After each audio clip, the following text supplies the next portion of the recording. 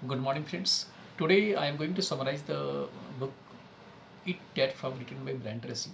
It's a very good book. I'm going to summarize the book. Point number one, brand Tracy ने initial level में ये बोला है it that frog. It that frog का मतलब क्या है कि आपके पास टू डू लिस्ट में सुबह से शाम तक करीब 15 से 20 जॉब होते हैं, आपको उसको करना होता है। इन्होंने कहा है कि आप उसमें प्रायोरिटाइज करना सीखिए और जो मोस्ट डिफ़िकल्ट वर्क है या मोस्ट चैलेंजिंग वर्क है जो आपके लाइफ पे मैक्सिमम इम्पैक्ट डालने वाला है उसको try to complete that work at first. तो इनिशियली आप उस काम को कर लीजिए, उससे क्या होगा कि आपका पूरा डे क्लियर हो जाएगा। पॉइंट नंबर टू में बताना चाहूँगा, उन्होंने दो चीज़ बताई है इसमें कि मान लीजिए कि कोई काम आपके पास काफ़ी आपको लग रहा है यार ये बहुत ज़्यादा हैक्टिक है या बहुत टाइम लेगा, तो उन्होंने दो रास्ते बताए हैं इसके लिए। एक, slice and dice the task. Slice task and dice task. Slice task में क्या क्या है कि मान लीजिए आपके पास एक बड़ा काम है, मान लीजिए बंच ऑफ वर्क्स है, तो उसको आप try to slice the that work in minimum चीज़ों को आप काट काट के कीजिए। सपोज डैट मान लीजिए मेरे को एक थ्योरी लिखनी है, तो मेरे को मन नहीं कर रहा है यार बुक लिखना टफ वर्क है, तो मैं पहले क्या कर रहा हूँ कि सिर्फ आपका एक पेज में सिर्फ टाइटल लिखूंगा कि इस बुक का टाइटल क्या होगा। मतलब स्लाइस की तरह छोटे छोटे पार्ट में काट के उस काम को ट्राई टू कंप्लीट। दूसरा उन्होंने कहा है कि अगर उसमें भी आपको लगता है कि प्रोक्रेस्टिनेट कर रहे हैं, आपको मन नहीं कर रहा है, तो आप dice the task. Dice the task में क्या है कि इन्होंने एग्जांपल दिया है कि स्विस जो चीज़ होती है उसमें स्विस चीज़ एक गोल होती है आपकी, उसमें क्या होता है बीच बीच में होल्स होता है। तो इन्होंने कहा है कि अगर आप स्लाइस नहीं कर पा रहे हैं तो ट्राई टू पिक, मान लीजिए आपके पास एक काम है उसमें से बीच में से कोई एक काम उठा लीजिए, और जब उस काम को आप उठा लेंगे और उसको बस 2 मिनट तक कीजिए। आप जैसे ही 2 मिनट तक आप करेंगे तो आपकी एक मोमेंटम बन जाएगी, फिर आपको नेक्स्ट काम करने का मन करेगा, फिर उसके बाद नेक्स्ट काम करने का मन करेगा। तो इस चीज़ों में आपकी प्रोडक्टिविटी इससे बढ़ेगी। थर्ड, इन्होंने पॉइंट में मैं बताना चाहूँगा law of three. Law of three इन्होंने बताया इसमें, how to create massive value in this world. How to create massive value in this world, इन्होंने कहा है कि आपके पास सुबह से शाम तक 10 वर्क होते हैं। 10 वर्क में आप एक टेबल बना लीजिए कि ग्रेटेस्ट, मान लीजिए ABCDEFGH, आपके पास सेवन वर्क शेड्यूल है। एक टेबल में लिखिए ग्रेटेस्ट वैल्यू और ग्रेटेस्ट स्ट्रेंथ। मतलब कि मान लीजिए वर्क आपका ए है, इसको करने से आपको मैक्सिमम वैल्यू जनरेट, क्या वैल्यू जनरेट हो रही है, स्केल दीजिए उसमें 1 to 10 में। मान लीजिए कि एक काम को करने में मेरे को वैल्यू जो जनरेट हो रही है वो 2 की हो रही है, लेकिन उस काम को करने में मेरी स्ट्रेंथ क्या है, तो 3 है। ठीक है, मान लीजिए हो सकता है कि वर्क आपका सी है जिसमें आपका वैल्यू जो क्रिएशन हो रहा है वो 9 का हो रहा है, और हो सकता है कि उसमें आप ज़्यादा एक्सेल करने वाले हैं, एक्सेल हैं, आपकी स्ट्रेंथ वहाँ पे 7 है। तो आप अपना ग्रेटेस्ट वैल्यू और ग्रेटेस्ट स्ट्रेंथ का जो सर्कल है उसका जो इंटरसेक्ट इस पूरे वर्क शेड्यूल्स में उसमें इंटरसेक्शंस के 3 पॉइंट्स निकालिए जिसमें आप मैक्सिमम वैल्यू क्रिएट कर रहे हैं और जिसमें आपकी स्ट्रेंथ काफ़ी अच्छी है। माय डियर फ्रेंड्स, वो आपके 90% वर्क्स को कंप्लीट करने की प्रोडक्टिव कैपेसिटी रखता है। इसके बाद उन्होंने बताया है put pressure on your self. Put pressure on your self मतलब में एक पार्किंसन लॉ होता है। पार्किंसन लॉ क्या कहता है कि आप किसी काम को कंप्लीट करने का जो भी ड्यूरेशन फिक्स करेंगे वो जनरली वैसा ही टाइम लगेगा।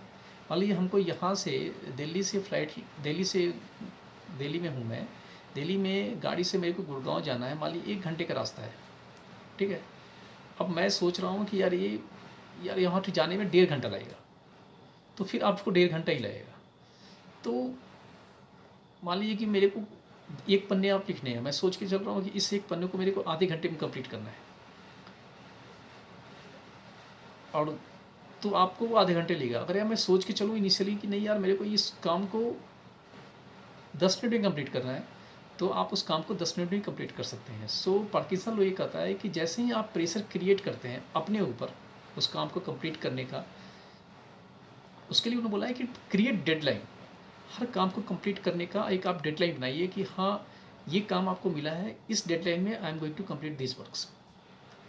दूसरा चीज़ कहा है कि race against times, time clock. आपने एक सुना होगा पोमोडोरो इफेक्ट। पोमोडोरो इफेक्ट क्या कहता है कि एक आपने आपके टाइम को 20-20 मिनट के स्लाइस में आप काट लीजिए, और उसमें उस बीच में आप बेसिकली इंटरप्शन फ्री रहिए आप, और कंप्लीटली फोकस रहिए, तो काम आपका कंप्लीट होता है।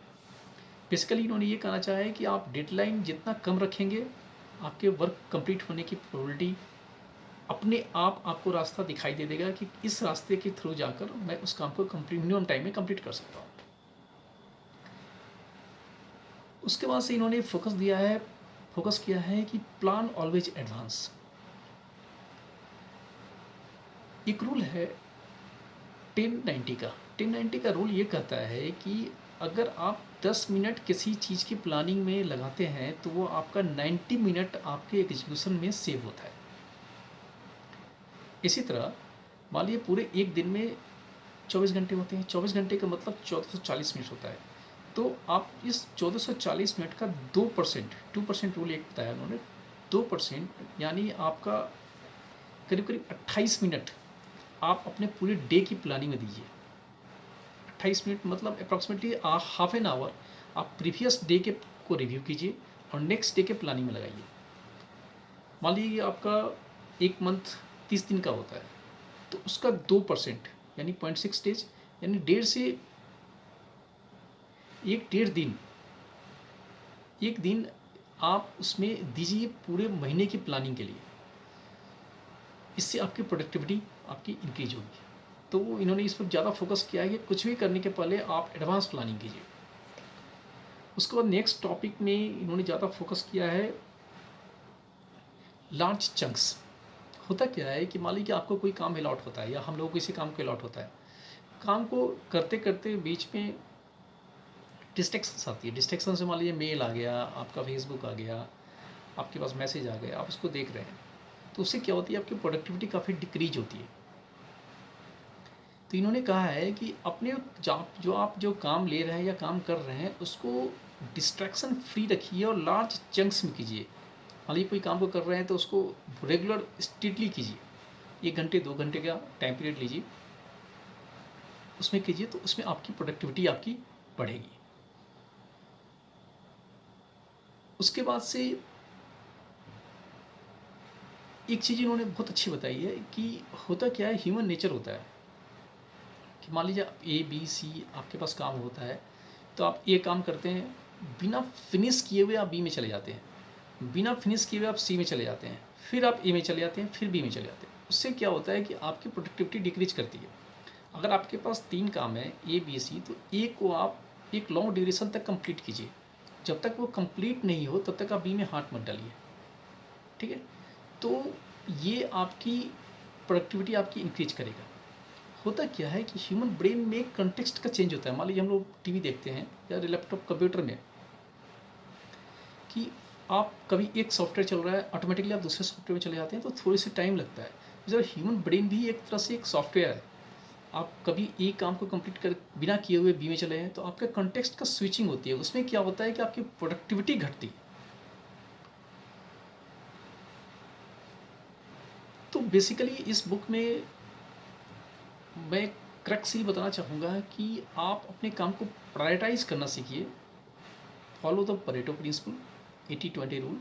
20% काम आपकी 80% की प्रोडक्टिविटी देती है। पार्किंसंस लॉ को फॉलो कीजिए, जिसमें आप डेडलाइन लगाइए, मिनिमम टाइम में try to complete the work. अगर कोई बड़ा काम है तो उसको स्लाइस छोटे छोटे कामों में डिवाइड करके आप काम को कीजिए। Make a plan in advance. Follow the 2% rule, कि आपको एक दिन का अगर प्लानिंग करनी है तो एक दिन में अगर 1440 मिनट है तो उसका 2% यानी 28 मिनट आप पूरे डे के प्लानिंग में रखिए। उस 28 मिनट में आप प्रीवियस डे को रिव्यू भी कीजिए और नेक्स्ट डे का प्लान भी कीजिए। So it's a very good book in time management and procrastination. So if you want to read, then you can read. And I'm also going to send the link at description. And अगर ये video आपको अच्छा लगे तो please subscribe my channel. Thank you.